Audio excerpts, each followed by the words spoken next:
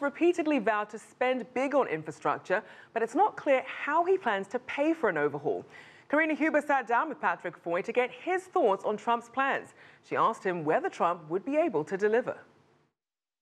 I think that there's a bipartisan consensus in Washington and across the nation among union leaders and business leaders and, frankly, ordinary citizens who spend too much time on congested bridges and tunnels and airports that the country can do better and has to do better to maintain its competitive position. I'm confident that case can be made and will be accepted.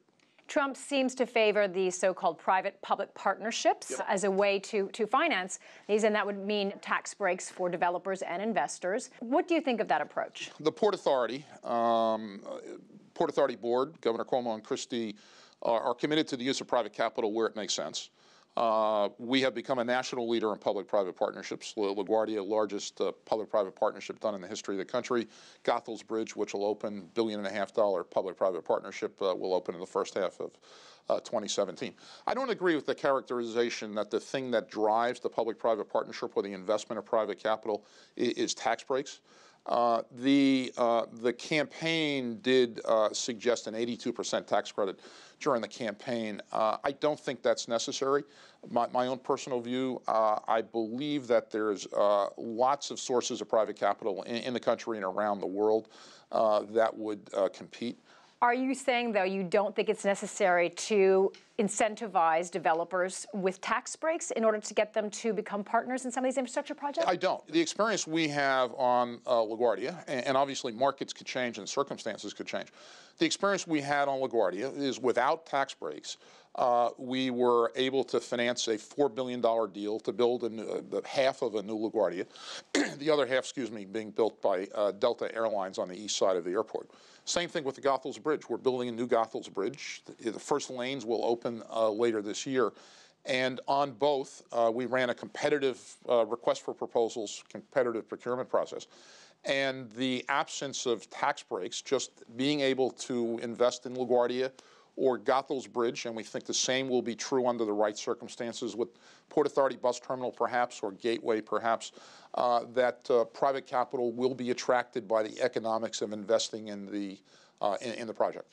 What is the potential upside for investors in bridges, in airports, if it's not tax breaks? It's return on equity. Tens of millions of people are going to be flying into LaGuardia and Newark Airport and JFK. We expect that by 2050, 100 million passengers will fly into JFK every year, certainly in the case of LaGuardia and Goethals. The opportunity to invest in those projects is enough attraction for people and institutions to invest. How do airports generate revenue and profits for the investors? Good question. So the answer is a number of sources. One is lease agreements with the airlines. There'll be food and beverage and retail, of course. There's a charge called passenger facility charges that everybody will pay as part of their ticket. An assortment, that variety of revenue sources, so the investor group is not dependent on one revenue source, generates the revenue, pays the debt, pays expenses, and yields the equity return to investors. Is it a profitable investment? Yes. Can you quantify how profitable? Well, let me say this. The airports that we run generate hundreds of millions of dollars a year on an annual basis. We expect that to grow. Our bridges and tunnels, same thing. You've been vocal about wanting to attract Chinese investment. What role do you see them playing in helping to rebuild New York City's infrastructure? Look, we are open and vocal about wanting to attract capital from all over the United States and all over the world, including Chinese investment. Given the region that the Port Authority operates, New York and New Jersey, population levels, economic activity, income levels, that whether it's airports or bridges and tunnels or PATH or the container terminals or here at the World Trade Center, where we're today, that there are significant investment opportunities for equity investors all over the country and all over the world. Now, Trump has been tough on China. How likely do you think it is that he will support Chinese investment in U.S. infrastructure? I think the approach that we've taken about welcoming domestic capital and international capital around the world to invest in Port Authority infrastructure, I think is something that makes sense for the Port Authority, for the states of New York and New Jersey, and for the country as well. So you don't expect it will be more difficult now under a Trump administration to get some of these deals approved than it was in prior administrations? I don't think so. I think to achieve the new administration's infrastructure investment goals is going to require a mix of approaches and methods. Have you heard back from any potential Chinese investors about their interest? I think there's interest from domestic investors, European investors, Asian investors, including Chinese, Middle Eastern investors as well, and we welcome all those. We welcome all those contacts.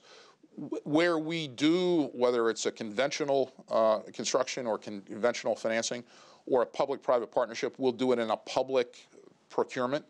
Where it'll be open to all, responsible, financially responsible parties, and we think that level of competition is good for, frankly, driving the cost of the project from a construction point of view and from a cost of equity point of view down. And we welcome equity participation from the United States and around the world, including China.